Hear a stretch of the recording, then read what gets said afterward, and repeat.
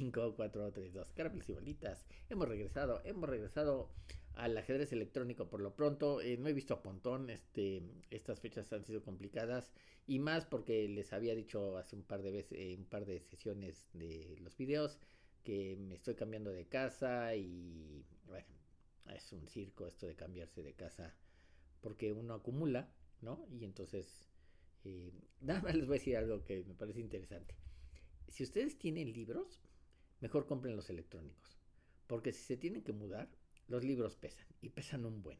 Y se tienen que mudar a un segundo piso, a un tercer piso y hay que cargar porque no hay elevador, cuidado, porque sí es una labor medio pesadita, ¿no? Y yo tengo muchos libros, ¿no? Entonces, bueno, en un USB o en una PC se pueden tener miles de libros y no pesan, ¿no? Entonces, tómalo en cuenta para la siguiente vez que se van a cambiar de casa, porque sí es una pesadilla. Aparte ocupan espacio, en fin. Sí, tiene su comodidad. A mí me gustan los libros físicos, pero de todas maneras estoy pensando que sí, definitivamente el libro electrónico es mucho más conveniente en muchos sentidos. Pero bueno, ok, el caso está en que hoy quería ver una partida de Judith Polgar contra Shirov, que se jugó si mal no recuerdo, en Ámsterdam 1995, en el Donners Memorial, o en el torneo en memoria de Donner, que fue un gran maestro holandés. Y en ese entonces ya Judith estaba destacando fieramente en los torneos y fue invitada, ¿no? Su hermana Sofía jugó el torneo abierto y creo que fue acompañada también por su papá al torneo de Ámsterdam. Bueno, la cuestión está en que me parece a mí muy interesante todo el experimento Polgar, ¿no? Ya hemos hablado que el papá tenía esta tesis de que cualquiera puede ser excelente en cualquier rama del conocimiento siempre y cuando empiece desde muy pequeño, ¿no? Y por cierta casualidad, las Polgar encontraron el ajedrez porque creo que Susan en algún momento cuando era una niña encontró un ajedrez y le preguntó a la mamá qué es eso y le dijo, pues es un juego, ahora que venga tu papá te enseña. Y lo interesante es que como accidente de encontrar el ajedrez sirvió como cama de pruebas porque finalmente el ajedrez es medible, ¿no? Si, por ejemplo, creo que Susan Polgar tenía cierta facilidad para las matemáticas, pero ¿cómo valorar si alguien es excelente en eso? O sea, a menos que demuestre un teorema que nadie había demostrado, eh, ese tipo de cosas. Si no, ¿cómo le hacemos, no? Y el ajedrez tiene esa virtud, ¿no? Es totalmente medible en muchos sentidos. Existe el elo o el rating que le llaman para medir el progreso de un ajedrecista. En fin, hay muchas posibilidades que nos demuestran quién empieza a jugar mejor y se observa en su manera de jugar y con los resultados con otros jugadores, ¿no?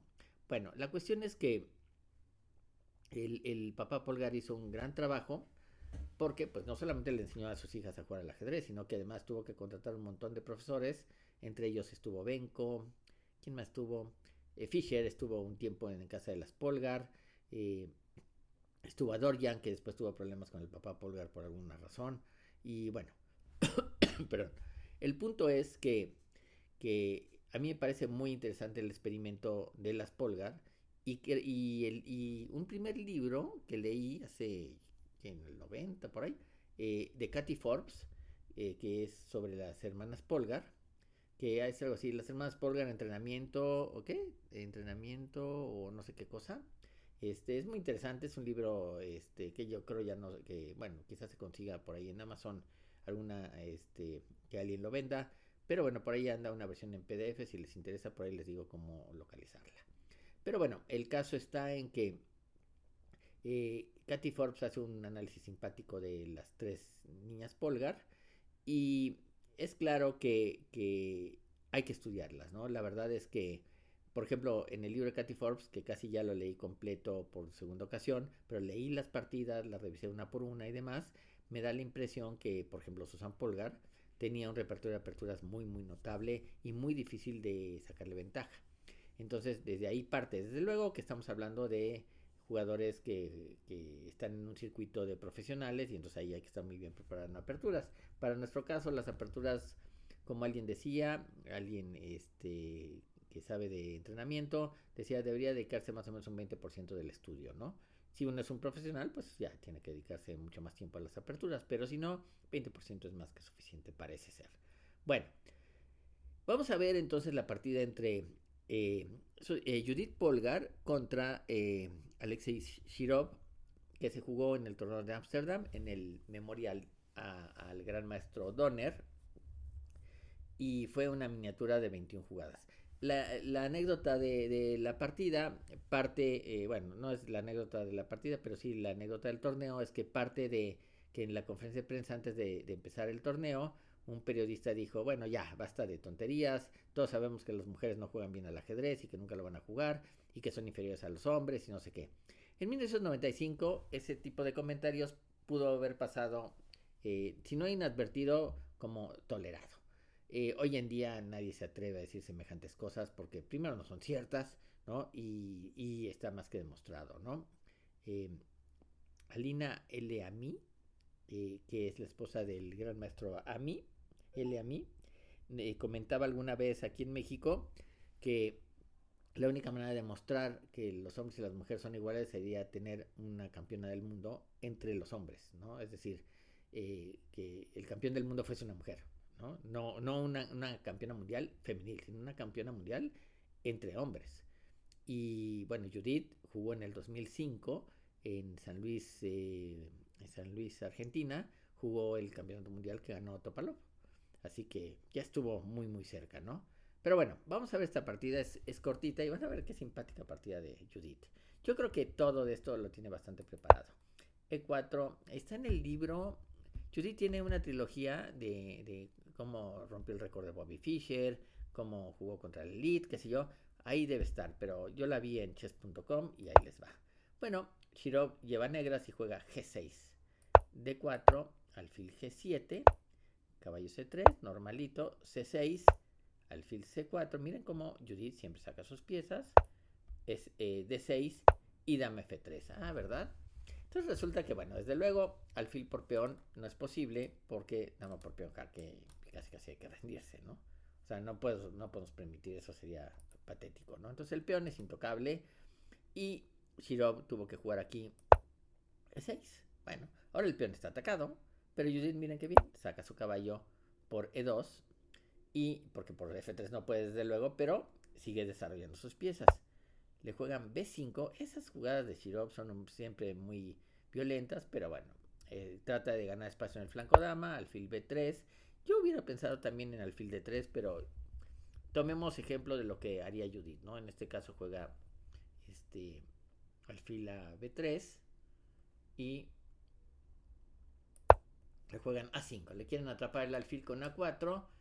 Y aquí hay dos sopas. Una es jugar A4 y le van a jugar B4. O la otra, como Judith juega, que es A3. Porque ahora B4 no sirve porque peón por peón y no se puede recapturar porque queda clavado, ¿no? El peón está clavado, si no me como la torre. Entonces, quizás aquí A3 es mucho mejor, ¿no? Se defiende, si A4, pues alfil A2, no pasa nada. Juega alfil A6. ¿Y aquí qué jugar? Me voy a tomar un sorbo de mi café. Y vamos a ver, ¿qué jugarían acá? Fíjense que Shirov está retrasado en el desarrollo. Tiene que buscar a ver cómo abrir líneas y demás, pero Polgar llega antes. D5, de inmediato. Ya amenaza peón por peón. Y si peón por peón, alfil por peón, ¿no? Ya la amenaza ya, de inmediato, porque el rey está en el centro. Qué bien saca ventaja Polgar de esto. Le juegan peón de C por peón por peón. Y desde luego sigue la amenaza, peón por peón. Y aquí, pues si juega a 4, también juego alfil a 2 y sigo con la amenaza. Entonces jugó E5. Bueno, pero E5 ya se demuestra que hay un montón de problemas. Fíjense, la casilla 4 es del blanco, ¿no? ¿Y qué hace Judith? Caballo E4. Bueno, hay amenazas como alfil a G5, enroque largo, ¿no? O enroque corto también. ¿Qué va a jugar, no? Jugó dama C7 y aquí le jugaron C4. Una jugada de doble filo y muy muy interesante por parte de Judith porque, bueno, entre otras amenazas hay un C5 y si peón por peón D6 y eso es muy muy feo, ¿no? Porque además, fíjense, si toma y después de 6 puedo jugar un caballo jaque y comerme la torre que quedaría indefensa, ¿no? Entonces, aquí jugó peón por peón Pero esa jugada permite el jaque. Y el rey está bailando en el centro.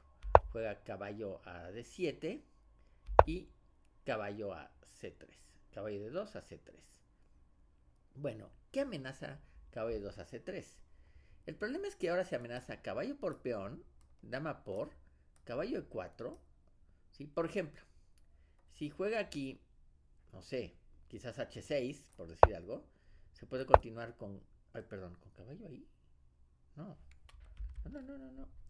Con caballo por peón, dama por, caballo de 4. Si no se puede dama por peón, porque ¿por qué no se puede? Por alfil de 3 y torre de 1, ¿no?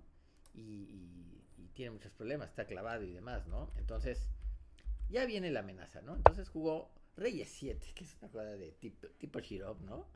Los grandes maestros son así, ¿eh? Cuando tiene una posición complicada, las reglas normales del ajedrez, es decir, los conceptos clásicos de Lenrock, qué sé yo, se van por el caño, ¿no? Ahí se busca, hay que defender el peón y decide defenderlo, ¿no? Pero aquí, ¿qué jugaría Judith Polgar, no? Y aquí Judith creo que comenta que vio la combinación y dijo, ya quedé ganada. Y miren lo que jugó, caballo por D6. Bueno, yo creo que se le escapó a Shiro, porque por ejemplo, si juega rey por, sigue jaque, rey acá y jaque. Y se acabó la partida, ¿no? Entonces, y si juega con dama, como jugó, sigue caballo de 4, la dama no puede ir a C7, porque si juega C7 de 6, ¿no? Y entonces jugó dama por peón, que fue muy mala, le dieron jaque, le jugaron caballo de D a F6 y torre a D1. Y miren esta posición. Este no ha jugado, este no ha jugado, este no ha jugado, este nomás está defendiendo al caballo y el rey y el rey está en el centro. Y su alfil aquí en la gran diagonal no parece hacer gran cosa. Se quitó a B7 y le jugaron torre de 7, jaque, dama por, alfil por y juega H6. Error garrafal con el que se pierde la partida. ¿Y por qué se pierde? Piensen un poquito y díganme, ¿qué jugada harían si fuesen Judith Polgar? Están a punto de ganarle a Shirov, que fue en ese entonces era el segundo del mundo, y en 21 jugadas Judith lo despachó, ¿no? Aquí le hizo la mejor jugada, que fue dama de 1, con la amenaza de jaque, ¿no? Y aquí, pues desde luego, hubo que abandonar, ¿no? Porque, por ejemplo, rey acá, pues puede seguir jaque, hay que jugar caballo acá y bueno, alfil por es suficiente, ¿no? O caballo por cualquiera, ¿no? Sí, alfil por es suficiente, ¿no? Entonces aquí abandonó, entonces abandonó, en esta posición abandonó Shirov, ¿no? Vaya paliza que le metieron a Shirov. Pero, de nuevo, Judith estaba muy bien preparada en aperturas, probablemente esto se lo prepararon. Acuérdense que los torneos como el de Ámsterdam o como muchos torneos cerrados, pues son por invitación y son round robin, juegan todos contra todos, entonces uno tiene chance de preparar al rival, ¿no? Porque pues están las bases de datos y demás, ¿no? Pero aquí a Shirov sí lo sacaron muy muy feo del tablero y bueno, a veces el mundo es así, ¿no? Se gana y se pierde. Bueno, nos vemos la próxima. Muchas gracias.